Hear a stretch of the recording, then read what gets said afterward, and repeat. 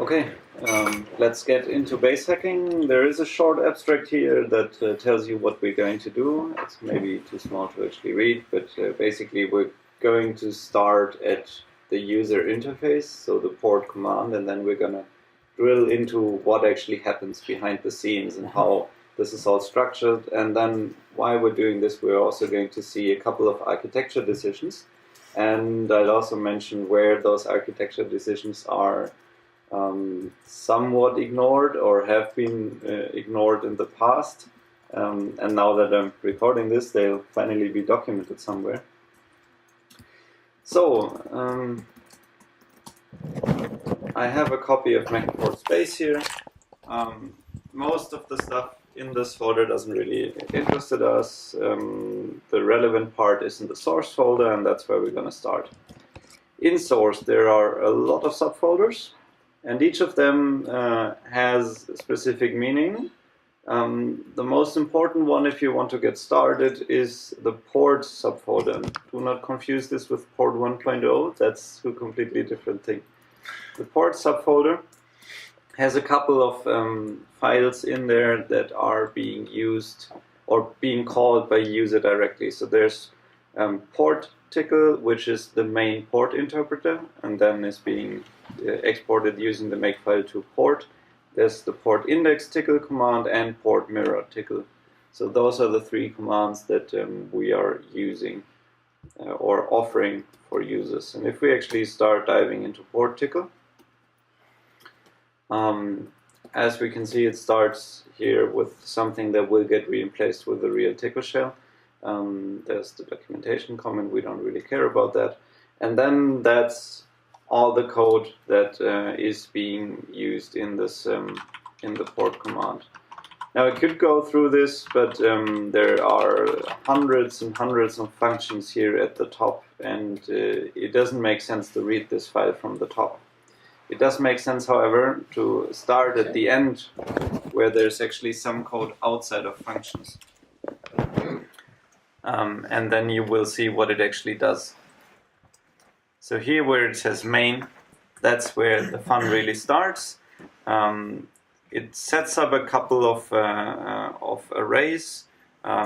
Those arrays will later on be used as parameters to the MacPorts 1.0 API, which we will see later on. And this API is basically MacPorts. Everything else should just be a client for MacPorts. So that's the first important architecture distinction that you should be aware of. There is this notion of MacPorts itself that offers the functionality, and there should be the possibility to have multiple clients to this. That's currently, so that was originally done with in background that you might want to write a GUI client for this. Mm-hmm. And then over the time, some features have been implemented in this script where they shouldn't have been implemented because they are actually features of MacPorts, not only the port utility client for MacPorts.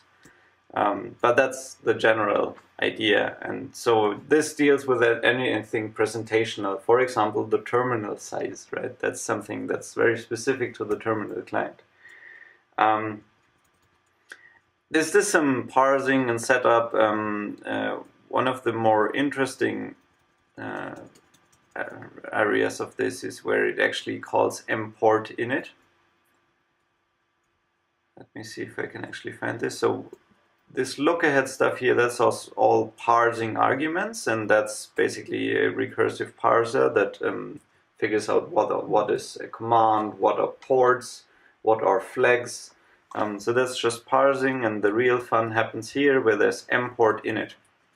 And for any code that actually uses MacPorts, the API, you will see one of those import init calls. Right? So the port client is just one of them. We actually have a couple of additional scripts, contributed scripts, for example, that will follow the same pattern of setting up a couple of environment variables and then calling import init and then calling other import something functions. Import init just parses configuration files and sets up a couple of things. We go into the details of that later. And then what happens here is this goes into process command. And process command then later on actually calls other APIs from the import series of APIs. And at the end there's import shutdown, which does some cleanup, but has only been recently added. So if your script doesn't call that yet, it's probably not as bad. So if we go into process command, we see the same parsing here again, and set action is the first part that's very relevant, because there's in Porticle there's this notion of an action, and there somewhere is a list of actions. Let me see if I can actually find this now. Which would be the first argument, or what? Yeah, basically install or uninstall or deactivate or activate. Yeah, it's just up already. 4596. What was it? 4596. 596. No, that's not what I'm looking for. This is command ops array. No, that are the options that the different commands have. There's also action array. Maybe it's this one. So there's this, yeah, this one is it. Yeah. So there's this huge list of all the actions that the port client understands, and then together with the name of the function that's being called. So for example, for usage, if I run port usage, it will look into this array, find the key that is usage or starts with usage here, and then call this function action usage. And here at the back is some information that the parser actually used to figure out what arguments this expects. So there's action args strings, which doesn't do any specific parsing. There's action args ports, which turns everything you pass it as an argument into a reference to a port. So it assumes that everything you pass as argument is a port. And there's action args none. If you call that with arguments, it will just error out. Right. So let's maybe go into installation. Right, so if I run install, then we are here, and we see that the function being called is action target, and the parameters it requires is action args ports. So this will take a list of ports, and it will call action target, and action target we can actually find in this file in line 4055, which is so you see this file is very large, right? So if anybody wants to spend some time restructuring it, be my guest.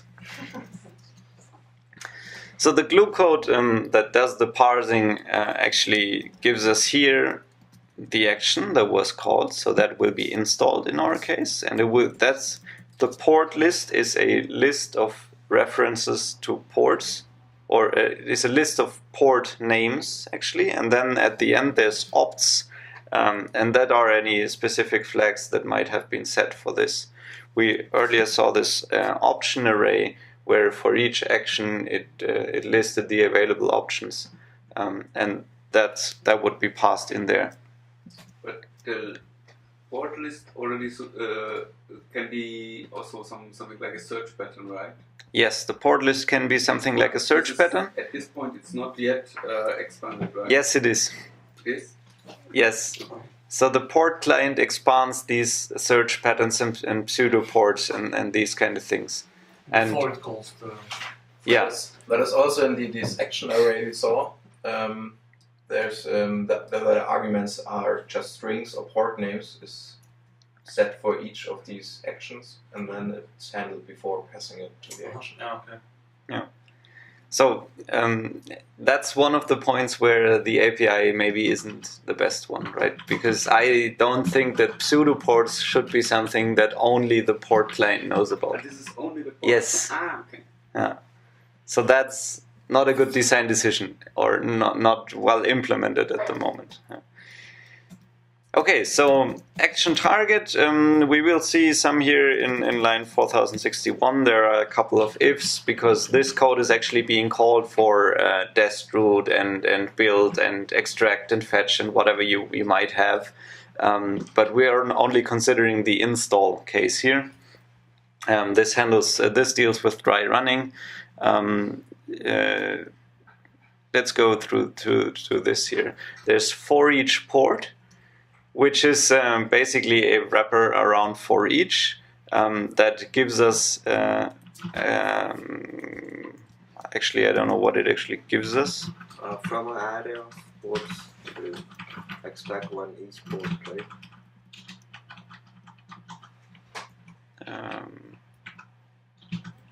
Yeah, so that already gives us some information about the port.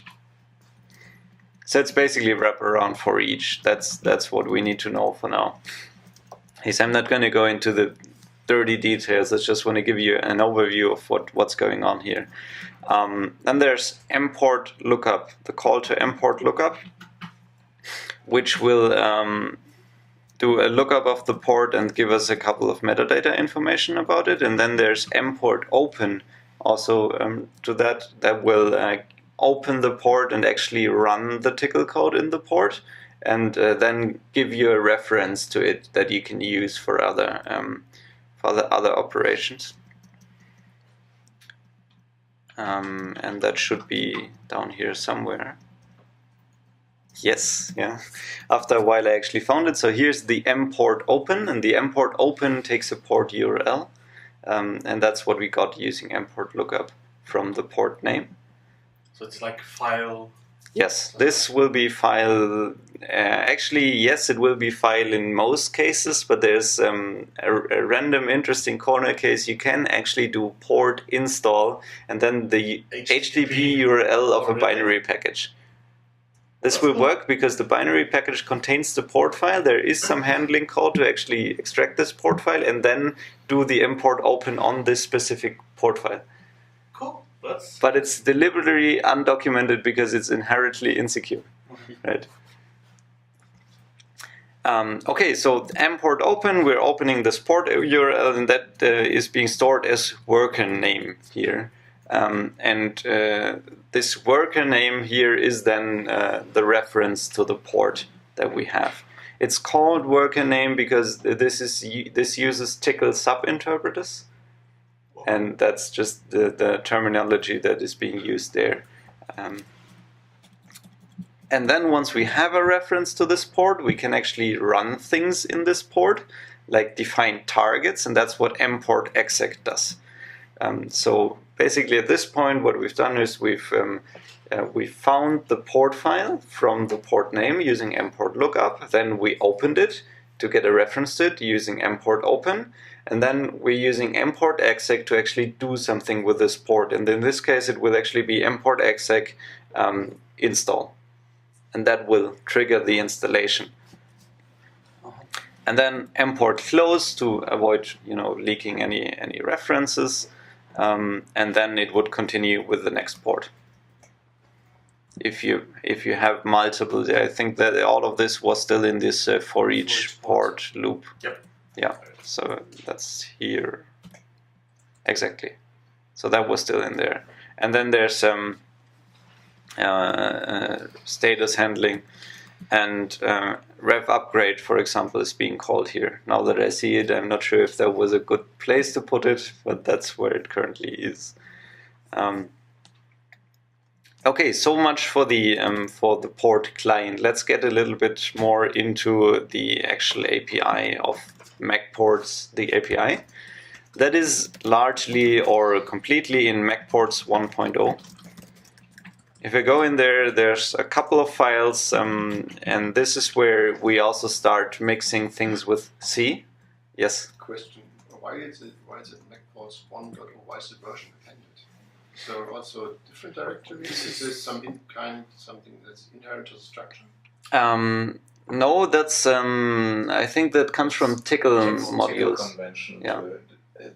Okay. The tickle module is always the name with the version behind it. Okay, disregard my comment.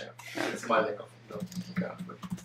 Actually, yeah, So well, in a sense, it's the MacPorts 1.0 API version internally. Okay, Yes. but So it's it still was- standard, so And it was never incremented, Yeah. so it's still at 1.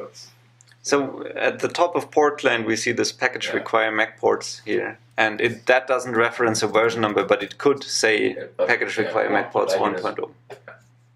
Yeah, you could in theory have multiple APIs and Yeah. multiple API versions. Yes. And that's also, you see here, package require pacslib 1.0, and you will also notice that there is a folder, Pacslib. pacslib 1.0. So you never broke backward compatibility. Yes, we did. We just didn't. But we didn't care. Okay. I mean, since we only have one client, it's not Yeah. a big Yes. issue. Exactly. Okay, inside MacPorts 1.0, this is a compiled copy, so you already see the dilib file that has been generated from the C code, and there's a couple of C code files, get system configuration proxies. Those mostly deal with things that are just easier to do in C, like syscontrol or talking to some Apple APIs. We will largely ignore those because those are not where the actual fun happens. The relevant things are in MacPorts Tickle, which is a 5,000 line Tickle script. In the last Google Summer of Code, where somebody implemented this reclaim functionality, I actually made a point of not extending MacPorts Tickle any further, and that's why this specific code is in a file called reclaim tickle in there for a good reason. But everything else is actually in there. This also references a couple of other packages that are being used. So it does package provide MacPorts 1.0, which tells the indexing mechanism that Tickle has that this file needs to be included if somebody does package require MacPorts 1.0. And then it has a couple of dependencies towards other packages. Let's go into the APIs that are really relevant. There's import init here, and that basically just sets a couple of internal variables and deals with loading more packages, for example. And if we scroll down, we will also see configuration file loading. Why do we have a registry and a registry 2? Can you help out with some? I talk about the registry Okay. in more detail later on.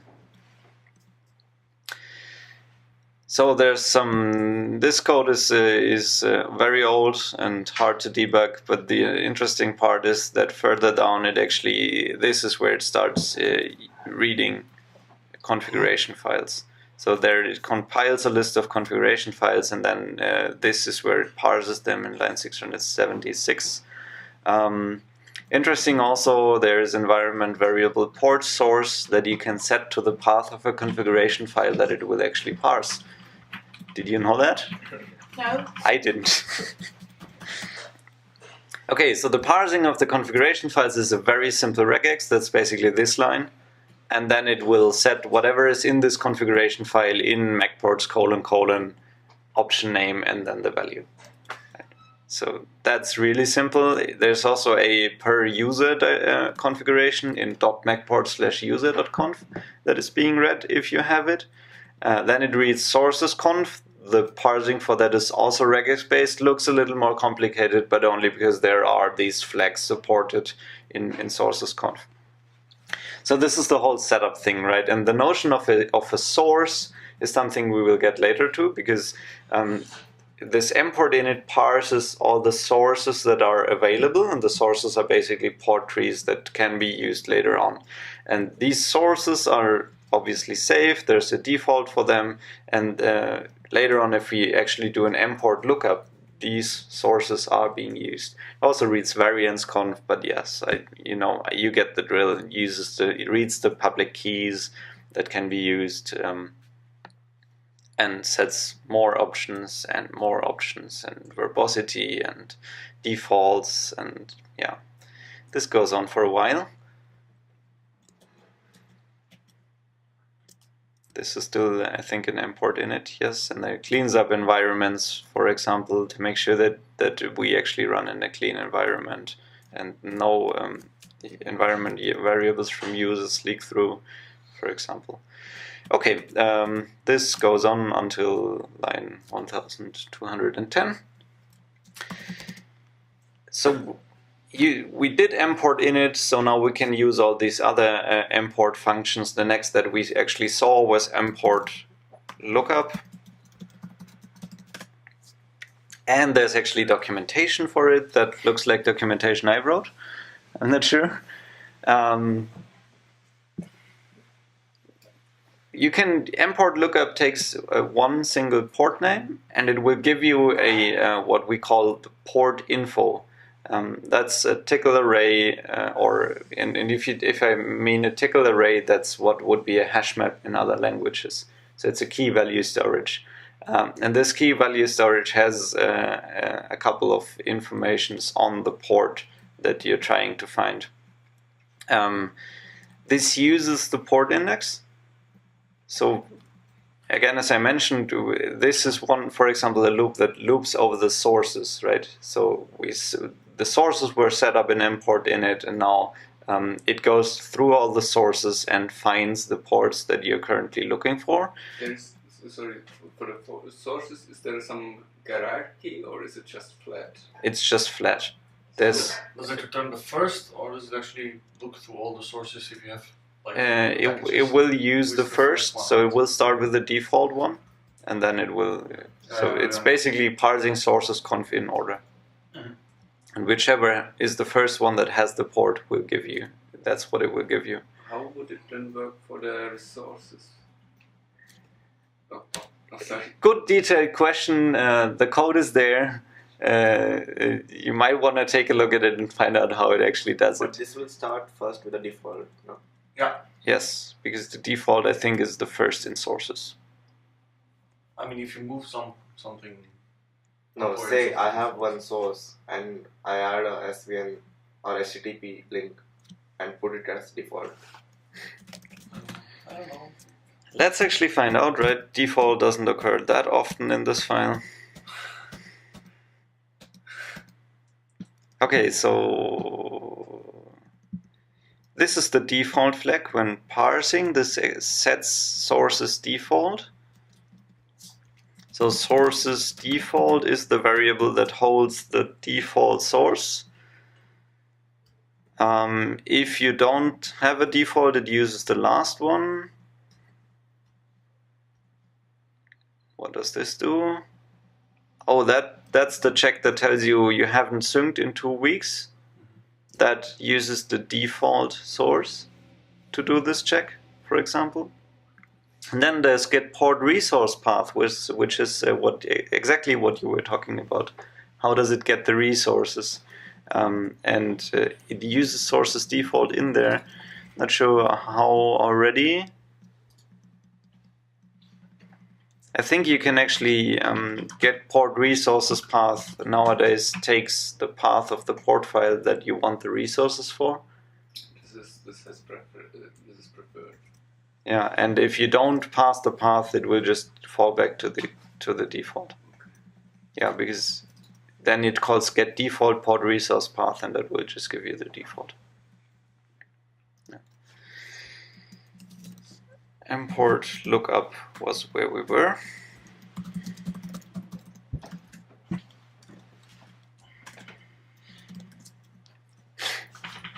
So this uses the port index.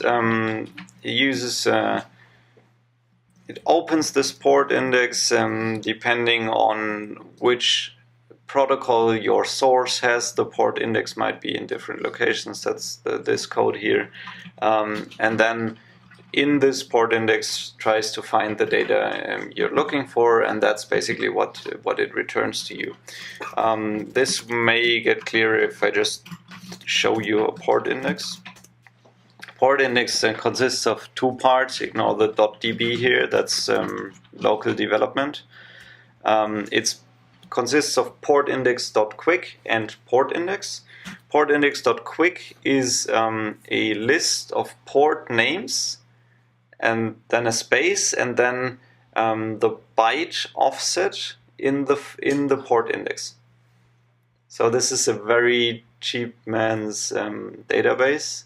using a database would probably make sense, but might not be as easily rsyncable as this is, because we rsync this around. So for example, if I want to install the ubcopam port, right, then I would issue port install ubcopam, that then the port tickle script does a mport lookup on ubcopam, and then it will open port index quick, find it here, notice it's in a huge offset, right?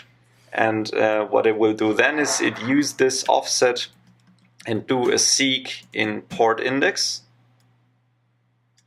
Yes, this file is rather large.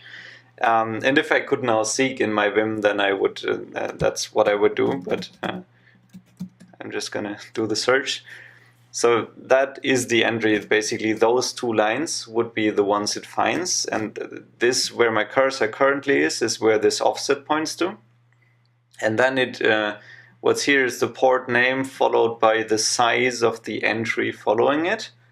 So it knows how many bytes to read, and this here is a tickle array. Let me maybe copy this out and open a scratch buffer or something, where I will format this for you. This is basically key value storage again.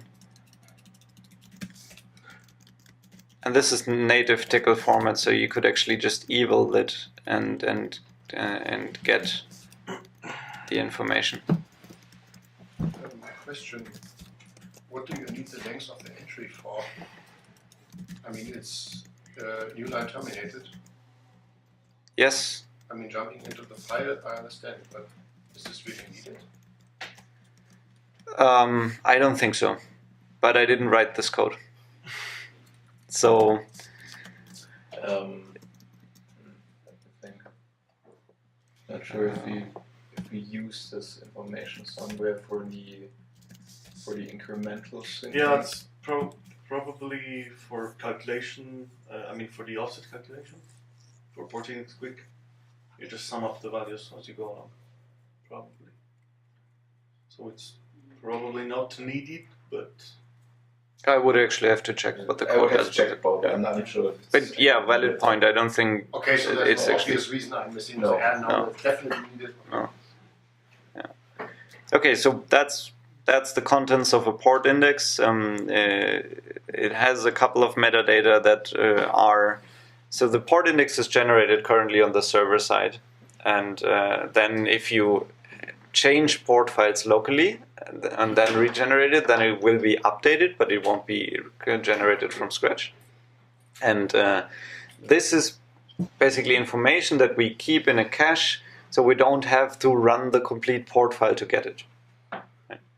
Things like depends build or where the port actually is. So port dir is what will later on give you, together with the address or the URL to the source, the complete port URL that you can import open.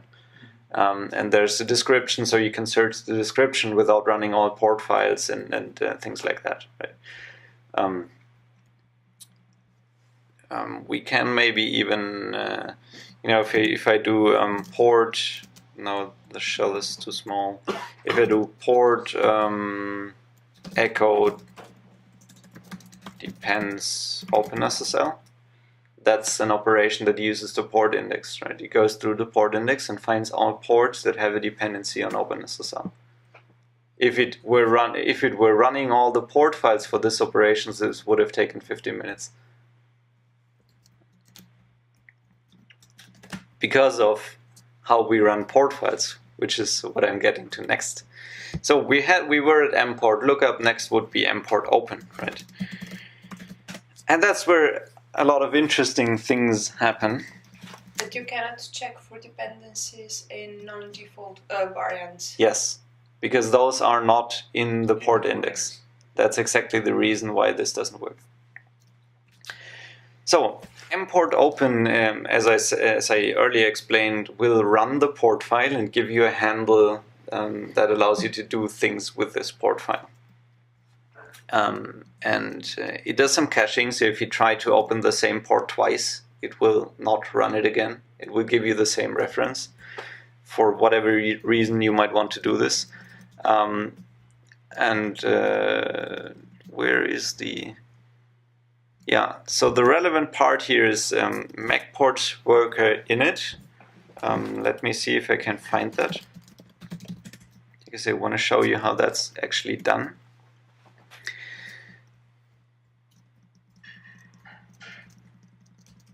So what this does is it creates a tickle sub-interpreter. That means that everything you change within this sub-interpreter will not be propagated back to the interpreter you're currently in. That makes sense because port files randomly set global variables and affect things, right? So in order to avoid port files from modifying any MacPorts internals, we create sub-interpreter, and then the port can do whatever it wants there. We also load a couple of things and provide a couple of shorthands, right? For example, you might have seen port system 1.0 at the top of your port file. This is the actual definition of that. It's a proc, so a function that takes a version number, and what it does, it just does package require port with this version number. So your port system 1.0 is actually a package require port 1.0. Then it does a couple of aliases, right? So from within port files, you can actually use port API functions. That does come in handy at times. Most of the times you wouldn't need that, but it is possible. And mostly our glue code actually uses this. So we will later take a look at this import at port 1.0 that's being loaded here. And that heavily uses some of these functions. I think the rest is just random setup and renaming things and making them available, right? So providing a couple of aliases for functions. So this already defines some of the API that is available in port files. Small question, how much of this is actually documented in the guide? How the port files are being, so this the sub-interpreters? The actual extensions and shorthand procedure names are actually listed, because I'm not sure that I think most of those are not documented in the guide. Yeah. Because I think in Tickle the Tickle extensions chapter is not that long. Yeah. So these registry things here. There is one use case where these registry functions are being used, for example, and that's the deactivate hack, if you've ever seen that. Because that's where the port file basically does a query in the database and checks for installed ports and versions of them. Then this is a very ugly piece of code that basically propagates all the variables that are set in MacPorts 1.0 into port 1.0 or the port file context, so that those are being available. And then I'll skip the tracing part because that needs some tickle detail knowledge that most of you probably don't have, but it's also not very important. It's basically compute on demand. So tickle allows you, when you read a variable, to run some code to actually compute the value of the variable, and we do that for a couple of variables that are very expensive to compute, and that's what tracing is. Okay, so that was worker init, and this is where the magic actually happens. Worker name evil allows us to run code in the context of this sub-interpreter, and source port file runs the port file. So this is where your user code is being executed if you have ever run a port. And then this will also explain some of the things and some of the limitations that you might see in writing ports. But what you cannot do is inside a variant set a variable and then use it from the main context of the port file. And the reason is that evil variants, which runs the variants blocks that you selected or that the user selected, is being run after the port file is run.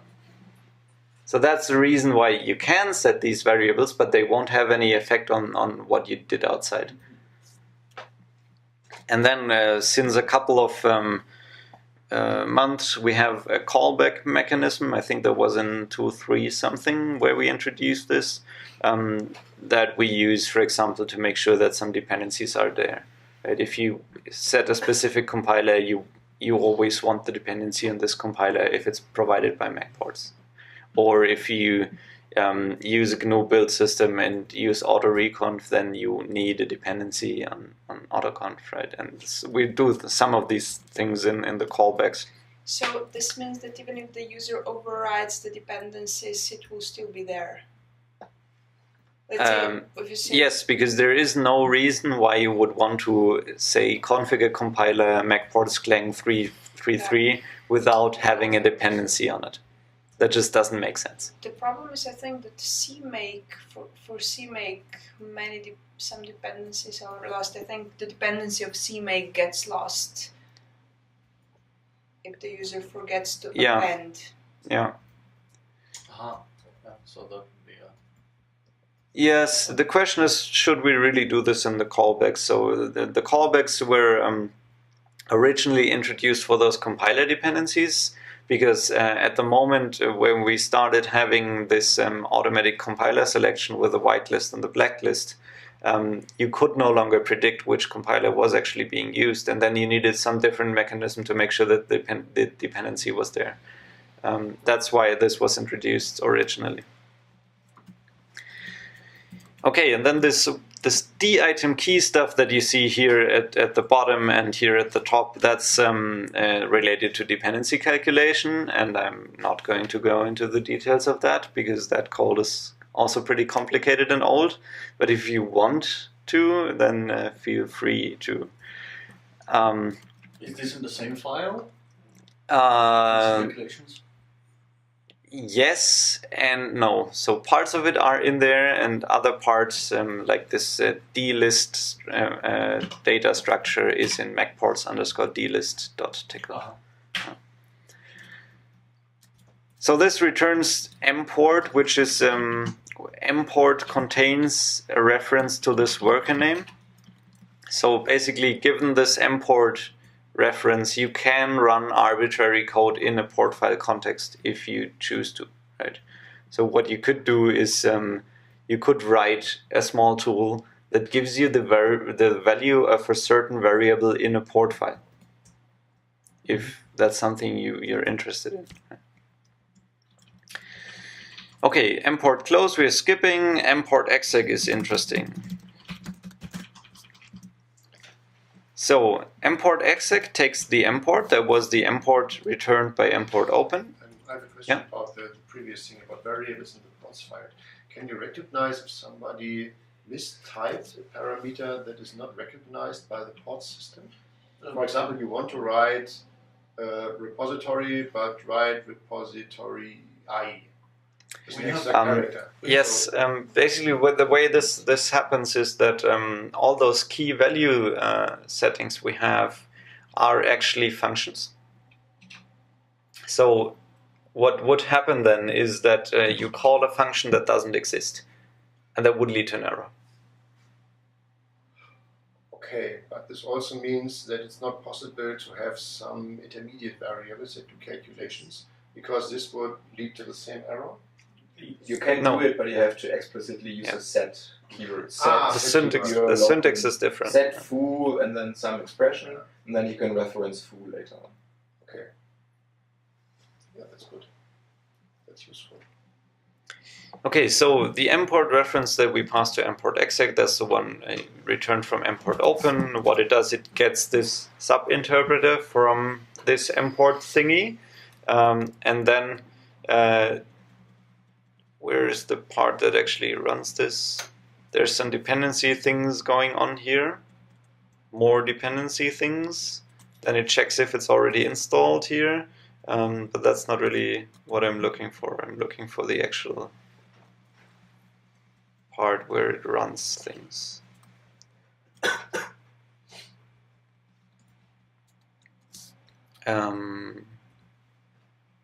This is the installation of the dependencies. So dlist is a list of the dependencies in order that need to be installed, and dlist evil is basically a for each call this function. And import active is a filter. So if it's already active, it doesn't do anything. Otherwise, it will call import exec activate on the dependency. So that's what this line does, right? So that's the part that actually installs dependencies. And actually, where is the target? I haven't seen it yet. Yeah, there it is. So that's the part that actually builds the port that you want to. So you might have runs port extract something, and then you want all the dependencies for that should then already be there, right? The extract dependencies need to be there for this to work. So it will install and activate those. But for the port that you just wanted to extract, you only want to run the extract target. And that's what worker name evil targets target here does. And as you see, because this starts with worker name evil, this is being run in the sub interpreter. And this is the point where we're going to drill down and actually go into the code that the sub interpreter sees. So now we're leaving one context and entering in the port file context to see what code actually runs there. And the port file context is defined by pretty much everything that is in port 1.0. If I actually go there and give you a listing, you will likely recognize some of these. So it's port, and then there's build, checksum, clean, configure, deactivate, depends, dest root, dist check, dist files, extract, fetch, install, lint, right? Most of those will be known to you. And you can kind of guess what all those do. We were at evil targets.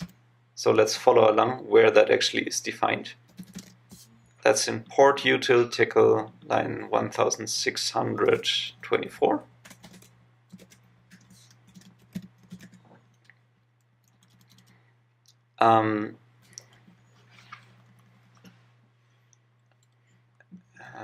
I'm going to skip this part because it checks if the port is already installed. And go down here. Can you please scroll up 3 lines? Sorry, there was too much.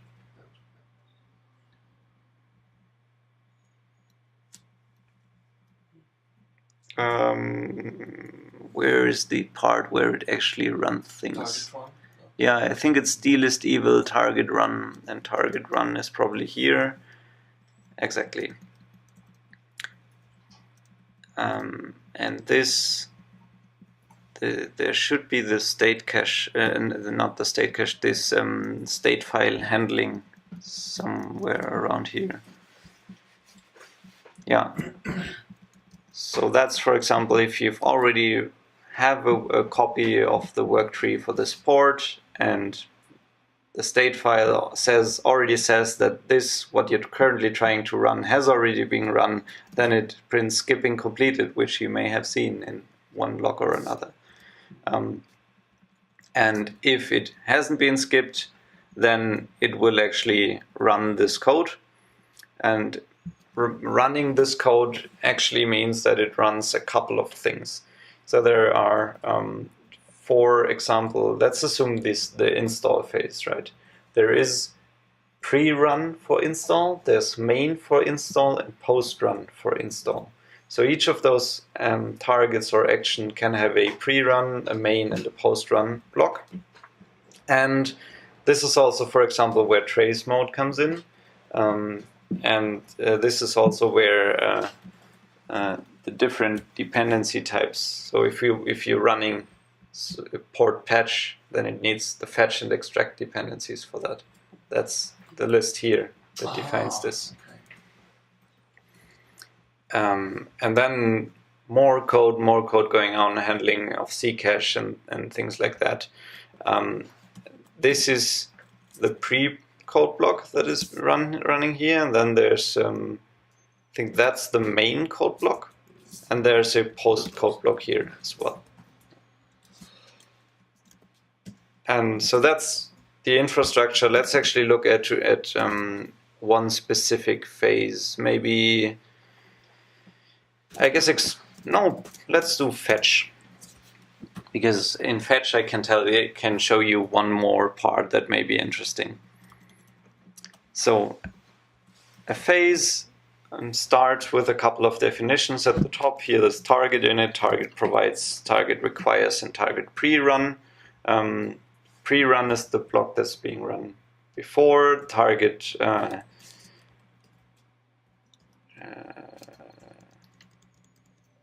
here in target new, in this line, it defines which the main part is, because that's required. So port fetch main is what it does the actual fetching. And there's some code in fetch start. So the order that we will see things being executed if we actually do port fetch something is it will run fetch start in the context of this port file, and then it will run fetch main. Fetch start is here. That's where it prints a message, right? Fetching dist files for port. So that's where the debug comes from, right? The UI prefix prints. No, UI prefix is the dash larger than. So that's the arrow is UI prefix. Okay. For example, we have privilege separation going on. If the fetch needs root, then this will elevate to root. Right. For example, if you're running this for the first time and the actual output folder for the dist files doesn't exist, then it will create that and fail. If it fails to create that, then it will elevate its privileges and create that. And only if that fails, it will abort. Right? So that's some code that we actually see quite often. And the UI functions are in fact callbacks, which either go to some kind of echoing to the terminal or being hooks opening windows? Yes. Yes, actually they are. For the most part, none of the clients actually use that, though. So there is a mechanism that allows any client to pass in his UI functions, and those will then be called. But the standard port client that we use doesn't do this, and then it just falls back to the default that's implemented in MacPorts 1.0, and that just prints to the terminal. But that is there, yes. And this is because it is the way it is. Yes. So it would be correct, but yes and no. So we also want to make it easy to write port clients. Right. A lot of people have written very single-purpose, special case port clients that only do an import init, import lookup, and then do a couple of things, right? If you and then if you actually require those to implement all this UI handling, then it just gets tedious.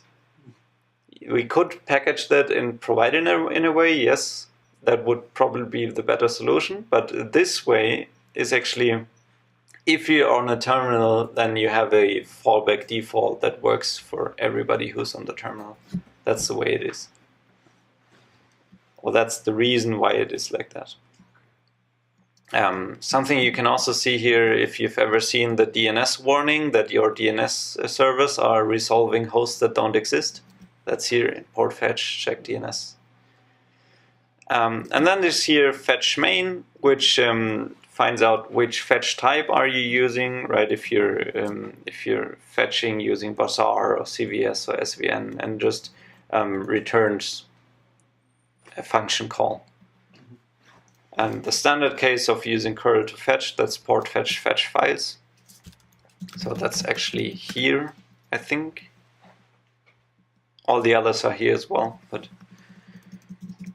let's look at this a little bit. It's setting up the options that it will pass to curl, or actually to our curl wrapper. for example, the progress bar code that we've merged a while ago is happening here. So the function that it will call takes a -- progress argument, and that is either built in which case it will just use whatever libcurl does, or it's the name of a function that will be called with progress information. That's UI progress download, and as you would correctly guess, yes, that's actually implemented in the port client and passed through the complete stack to this point. And then you get a call all the way back for rendering of the download progress bar.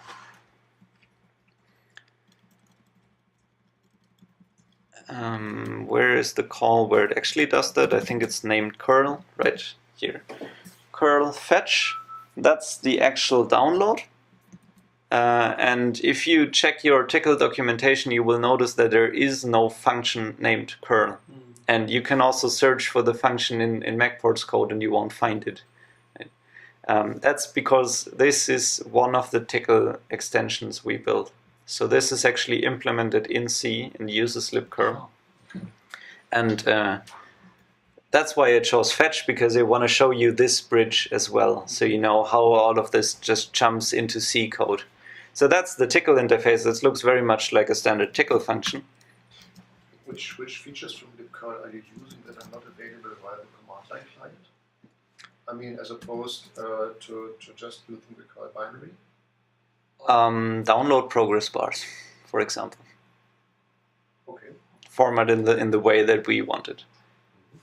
But there's also other features that we actually use, like we do pipelining nowadays. So we use the multi-perform variant of the curl API, and we keep the connection open until the time's out. Because what we often have is you download one package from packages.macports.org, then you install it, and that takes a couple of seconds, and then you download the next package. And that's just a waste of effort if we close and reopen the connection. So we keep it open in libcurl. And that wouldn't be possible if we were using the command line. So all those C extensions are in the pexlib 1.0 package. If I go in there, you will see a lot of them, right? TTY handling, UID handling, version comparison, right? If you ever wondered how MacPorts compares to versions, that's code copied from RPM, written in here, exported to Modified. So modified, yes. RPM. Also, checksum calculation is being done here, for example. But the part that I actually wanted to show is here in curl.c. Or maybe let me show you the interface as well, so I don't skip any parts here. So the glue code is pexlib.c. And nowadays you could also generate bindings for C code to Tcl using Swig, for example, and we do that in other locations, but those are basically manually written bindings. And there is this call Tcl create object command that you give it the interpreter where it should create this command, then the name of the command here curl, and then the function it calls, which is curl command. So that's the bridge between the two. And this curl command is what we will see implemented in here, and that just takes the Tcl arguments and then deals with them. So we support curl fetch, we support curl is newer, curl get size, curl post, for example. We use posting for the statistics. That was a recent addition. This is some standard Tcl argument parsing, and then it just calls into specialized functions. We were doing a fetch earlier, so that would be curl fetch command. That's defined here. And this is more handling of arguments, but this is basically where the download happens. So if you scroll down here, we will see more option parsing, and then finally a call to the curl API. So that's opening the output file, and there is the initializing the curl handle, and then it sets a couple of options. for example, which URL to actually download, and it sets an FTP proxy if you have that defined. It sets maximum number of redirects, and yeah, so that's just standard curl handling code. So now we've been pretty much down the rabbit hole. Let's jump a bit up, or a little bit back up and out. So we've seen MacPorts 1.0 that provides this API that you can use to do things with ports. We've also seen how ports actually do things, and the API that is available around ports and the environment that a port is being run in. There are, however, a number of other packages here that we haven't talked about yet. And also there's one area that we have so far not covered at all, and that is the registry database. That is the database of the things you have installed, and also how the actual installing works. Right? And that is code that is in multiple packages. There's registry 2.0, there's C registry, and yeah, package 1.0 is for downloading pre-compiled packages. But that only deals with the downloading, verifying, and extracting, so that doesn't really put any files anywhere. Let's start in MacPorts 1.0, where these functions are actually being used, maybe.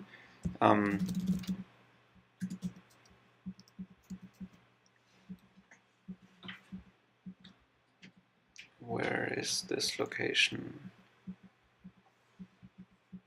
So it's talking to the database here a lot to find metadata and whether things are active, but that's not what I actually want to show you. I'm looking for the import active. Right. That's not this code then. I'm looking for the location where it actually activates files to show you how that works and how entries are being created in this database. Because that will be yet another, we will go down the rabbit hole to show you how the complete stack works.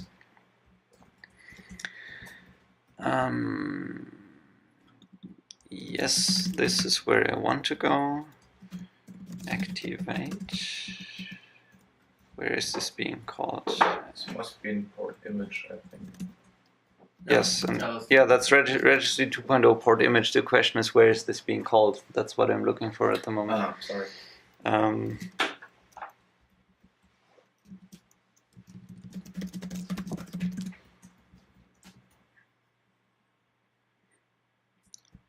Yeah, I guess it's activate composite. It should be called somewhere.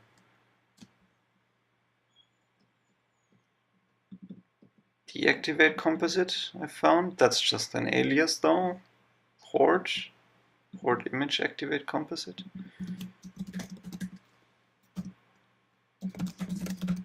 No, I didn't want to change it.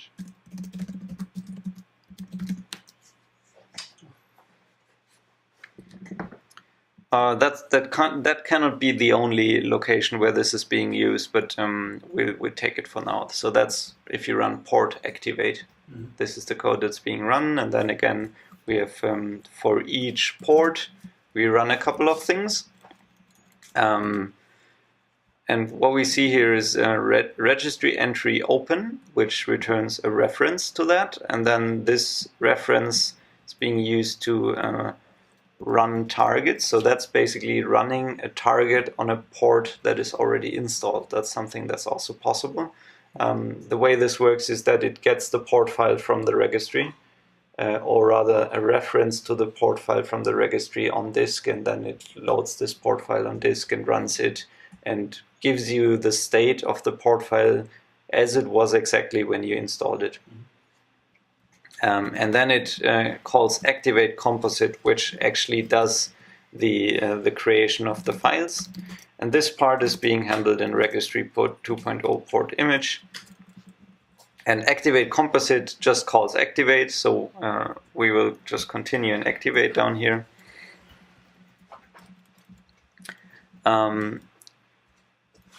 here it opens the registry open.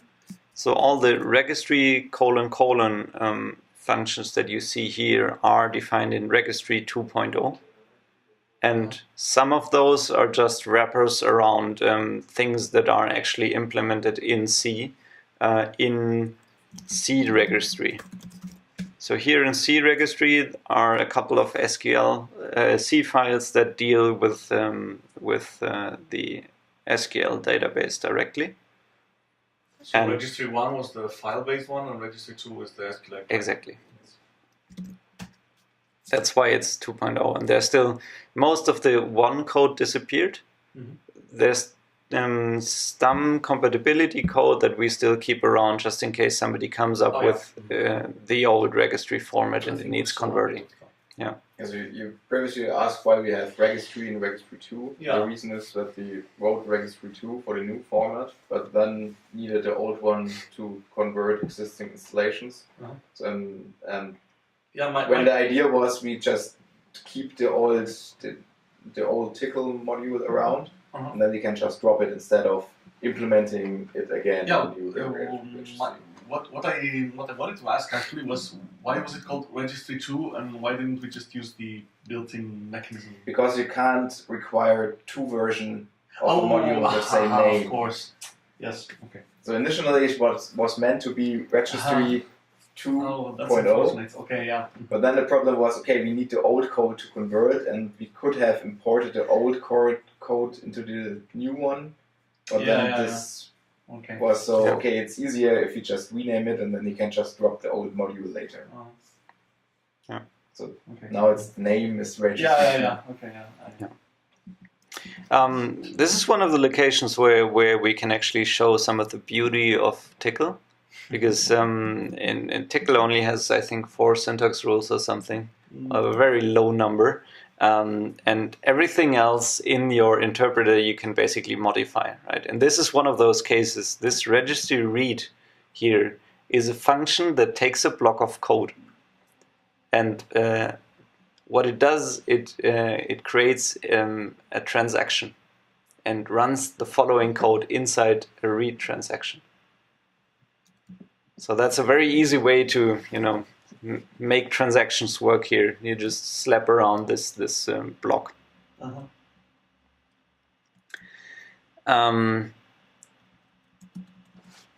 Here registry run target activate contents is what I'm looking for. So here we activate contents is being called, and activate contents is in the same file, and gets location is where the archive is. So that's actually something I can also show. Yeah, we can run port location uv-go-pam, for example. Then we'll tell you this is the archive. That's the binary archive that we built. So this activate contents will now take this location, extract it, then move it into place, and also make sure that while it's extracting, it created entries in the database for the files. So yet again, we see here the write transaction. There's an equal write transaction.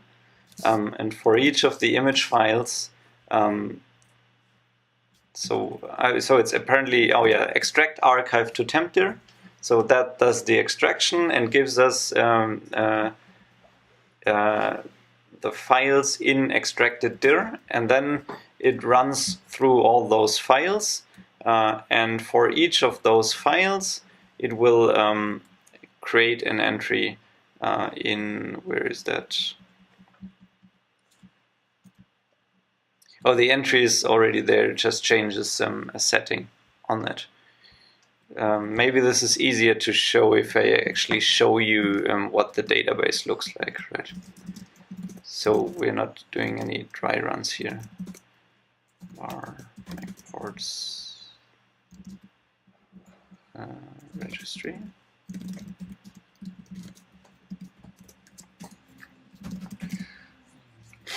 So what we have here is we have a database of ports, and we have a database of files. Each file belongs to a certain port. database of dependencies, and a couple of indexes.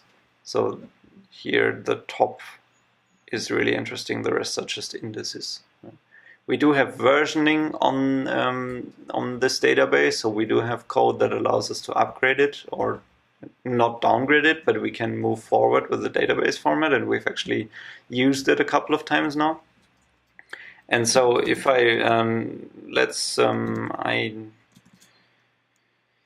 select ID from ports where name is ubcopam, because I know I have that installed. Oh yeah. Our database uses some version numbers, and SQLite has the ability to define custom sortings, and we actually use that by giving SQLite the function that we use to compare versions. So we can do something like order by version and compare version numbers inside the database. That leads to these problems, right? You start the command line client and you can't actually use it at this point. However, question. Yeah. How does this version comparison work? It's based on what RPM did back in the day. So this is the code for it in PaxLib 1.0. I mean, there are some specific strange versions, like from OpenSSL. Yes. Which has a mixture of numbers and characters. Yes. And some programs use characters to denote beta versions, which are indeed not really before the released versions. We have a couple of, so basically what it does, it splits at any non-alphanumeric character and then compares block by block. And then the corner cases for the shorter and the longer one are pretty obvious, and you can figure them out easily. The question is what actually happens with those beta versions you mentioned, right? And what other version or other package managers do is have a special symbol that says everything that comes after this symbol is considered to be lower as the version number without the symbol and the suffix. So that's we don't do this. Commentary. Okay, you don't do this. We don't do this, but we could rewrite the version. No. So it matches your scheme? No. We don't have to. In addition to the version, we also have an epoch number, which can be incremented in case we encounter a new version which we consider to be lower but should be higher. So there's the epoch as a prefix before the version number, and it starts with 0. And then if the version and major sorting criteria. Yes. Yeah. Okay. So they also use this if, for example, the version number scheme of the project changes completely, and that happens. I see. Or perchance if you have to actually downgrade something, which was erroneously upgraded, then we just we took a similar approach because this version numbering never really worked out for all cases. We just took the date. If it's newer, it gets installed. So that's basically the epoch number. But for example, especially for the pre-releases, it would be really nice to have something like configurable version comparison. So that could be done, and I actually, so other projects use the tilde as the specifier, and what we might actually want to do, and this isn't a very hard task, is check if we have any ports that use the tilde. If we don't have any, then there's nothing blocking us from actually adding this support right now. The file is there. It's the file that's being used everywhere. There's actually also RPM upstream code that already has this support. We could just copy and paste it, build, and be done with it. And then we would already have this tilde is considered lower than anything else version support. Can you please explain a bit? I didn't understand how the tilde works. Let's assume you have 100 as a version number, right? And you have 100 beta 1. Yeah. Then you would do this. And everything after the tilde would be considered lower than having it completely left off, but after the tilde you would still do version comparison, so beta 2 would still be larger than beta 1. I like this. That makes sense. So easy. Yeah. It's You know, we're not the only ones, not the only people in the world solving this problem, right? We can just use whatever they do. Anyway, back to the to where I was. We were at this no such collation sequence version error of SQLite, and that's annoying. And we have a workaround for that. And inside the source tree in C registry, we built a file called MacPorts.sqlxt, and this is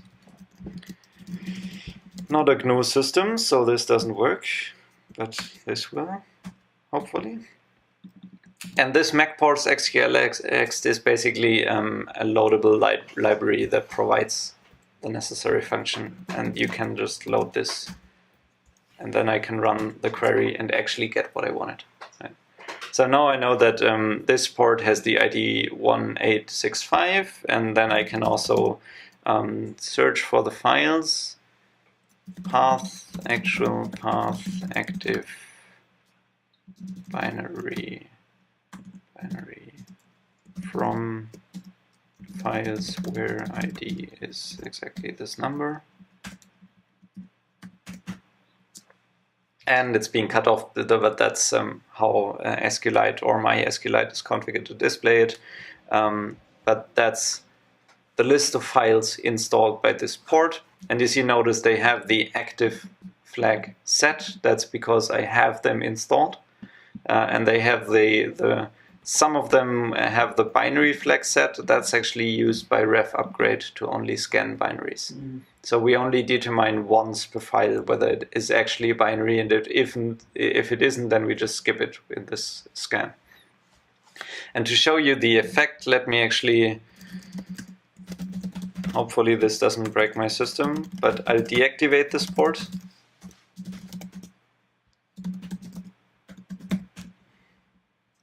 Now it's deactivated, and now I need to move to a different shell, this one. If we run the query again, we should see zeros in this column here. And that's what actually happens.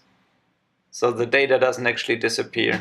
It only disappears if you actually uninstall the port. Deactivating doesn't remove the entries from... Can you show an example of a port where you have multiple versions installed?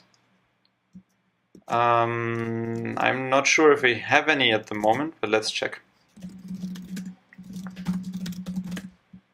Yes, CMake, for example, or maybe something with fewer files. How many files does grep have?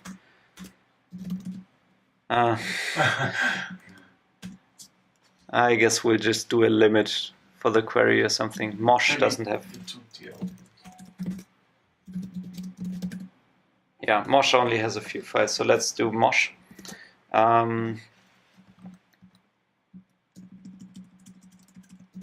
We will get 2 IDs here.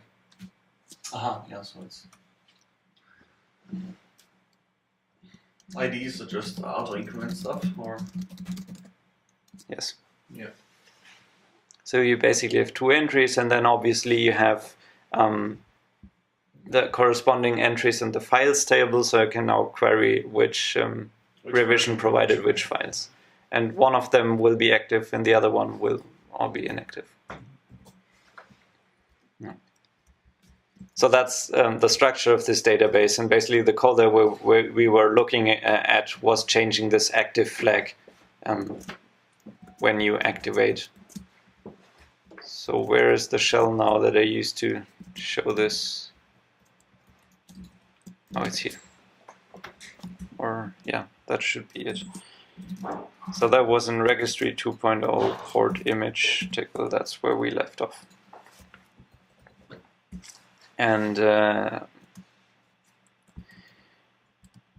where was the actual code that calls this? I think it's owner activate list file.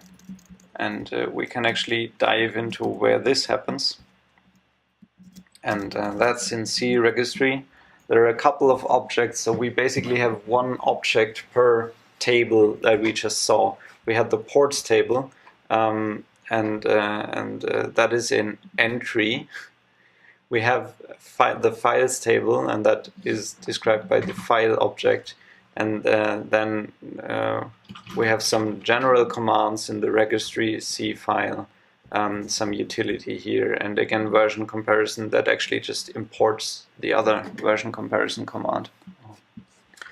And this deals with opening files, setting properties on specific rows in the database. So it could show you the file, but it's not that interesting. It just does a couple of SQL queries, and it's actually rather complicated C code as well. So it does build prepared statements and binds the appropriate values to them, and then runs queries.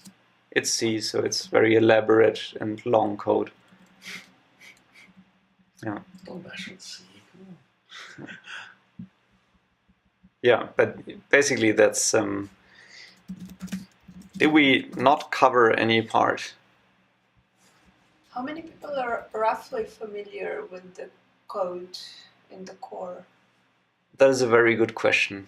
Rainer, do you have any idea how many people are familiar with the code? Actually, Jackson, this should have been boring for you because I told you most of this already, right? So you're familiar with it. I don't know many. So, well, that is what I basically explain every GSOC student. Yeah. So at least all GSOC students should know this. Okay, but then the question is how many of them are still active? Well, not many. The problem is that I do not know every detail of every module, so some people just commit in the port client, and then you do not know I do not have to know every detail about the other stuff. So if you only work on port 1.0 is mostly relevant for you, and you don't actually have to dive into all the necessary and dirty details of the rest. Maybe just for the record of documenting it while we're doing the talk anyway and recording it, let me quickly go through all the modules I haven't talked about here yet. CFlib 1.0 is some core foundation lib. I'm not sure if that's still being used. It is only one file anyway, and that is calling some Cocoa APIs or something. Yeah, I think that was part of MacPorts framework and the idea to have a bridge between Tickle and whatever GUI you can have. The CFlib, I think it's used to get the proxy support. Isn't it used? That's also my what I have in the back of my head. So we read proxy settings from the system, yes, and that code is involved in that. But it hasn't been changed in years, and it works. So nobody's touching it. C registry I talked about. That's the C API for the registry database. Darwin tracelib I haven't talked about yet. Darwin tracelib is the implementation of trace mode. So if you've used trace mode, it's an LD preload library that you load into our build system, and then it tracks which files are being accessed and makes sure and hides files that you don't declare a dependency on. And that's basically all this here. So that's a lot of it is just re-implementing standard file handling functions and adding these checks to it. And there's some library code in darwintrace.c that does the actual communication. This is a client-server model. So because we load the library into all processes, but we don't want to, inside of those processes, check whether the file is in the transitive dependency tree. So we have a server that we talk to over a Unix socket, and that server is implemented in PEXlib. And yeah, that's basically the communication that happens here. So all this is being built in darwintrace.dylib, and that's loaded into processes while they build things. Then there's Makista 1.0. That is a Mach-O parser that is being used by Ref Upgrade. So that just, it has a hash map for some caching and the actual file wrapping code, and it uses Swig to generate those interfaces. So this Makista wrap.c is generated code just to avoid writing the bindings manually, because that's just tedious. What program is used to generate the bindings? Swig. Oh, Swig. Then MacPorts 1.0, we talked about that. Package 1.0 is deals exclusively with creating DMGs, MGMGs, packages, and also No, it's also for the archives. yes, exactly. Also for archives, and also downloading the archives happens in there. So if I grab this, I will find another invocation of curl here in port archive fetch. Then we have port. We've talked about this. That's the port client and port index script. We have port 1.0, which is the API that ports see. The programs folder contains daemon do. Ignore find newest. That's only in my working copy. Daemon do is a wrapper we use for launchd scripts. So if we want to start a daemon and launchd, I think expects daemons to not fork, or I'm not sure of the exact details of that, but daemon do basically does that for us and makes sure that daemons behave as launchd expects them to. Then there's registry 2.0, which we talked about. That's registry high-level handling code that creates files, moves files around, sets properties. There's Tickle Objective-C, which is a bridge between Tickle and Objective-C, and I don't think this is being used at the moment. I'm not even sure whether we compile it at the moment, but I have we don't compile it, so it's probably not being used, because if it were compiled, we would see it here at the top, and it isn't. Is there any reason why it's still kept there? Good question. Do you want to do the first commit from MacPorts Meeting? Then go ahead and just delete it. Nobody will miss it. Yeah. And 200 tickets later. there's the tests folder. We have test folders in a lot of places and in a lot of subfolders, but the test folders, that was the Google Summer of Code project Rainer talked about yesterday, where a student wrote tests and a test framework for us. So that's always in the test folder. And then, because I'm showing you this in a working copy, trace libtree, just ignore it. It doesn't exist.